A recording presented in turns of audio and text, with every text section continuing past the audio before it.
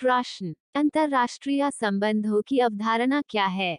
उत्तर, अंतर्राष्ट्रीय संबंध विभिन्न देशों के बीच संबंधों का अध्ययन है, साथ ही साथ संप्रभु राज्यों, अंतर सरकारी संगठनों, अंतर्राष्ट्रीय गैर सरकारी संगठनों, देशीय गैर सरकारी संगठनों और बहुराष्ट्रीय कंपनियों की भूमिका का भी अध्ययन है।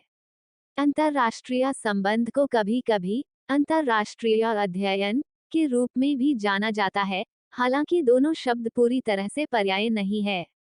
अंतर्राष्ट्रीय राजनीति की परिभाषा। साधारण शब्दों में अंतर्राष्ट्रीय राजनीति का अर्थ है राज्यों के मध्य राजनीति करना। यदि राजनीति के अर्थ का अध्ययन करें तो 3 प्रमुख तत्व सामने आते हैं। 1. समूहों का अस्तित्व। 2. समूहों के बीच तथा 3. समूहों द्वारा अपने हितों की पूर्ति।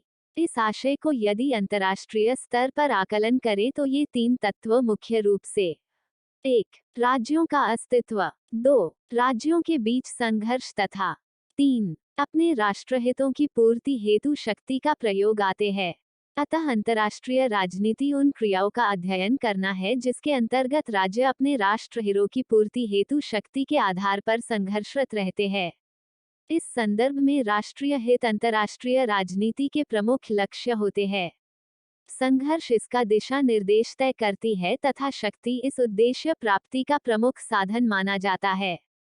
परंतु उपर्युक्त परिभाषा को हम परंपरागत मान सकते हैं, क्योंकि आज अंतर्राष्ट्रीय राजनीति का स्थान इससे व्यापक अवधारणा अंतर्राष्ट्रीय संबंधों ने ले लिया है।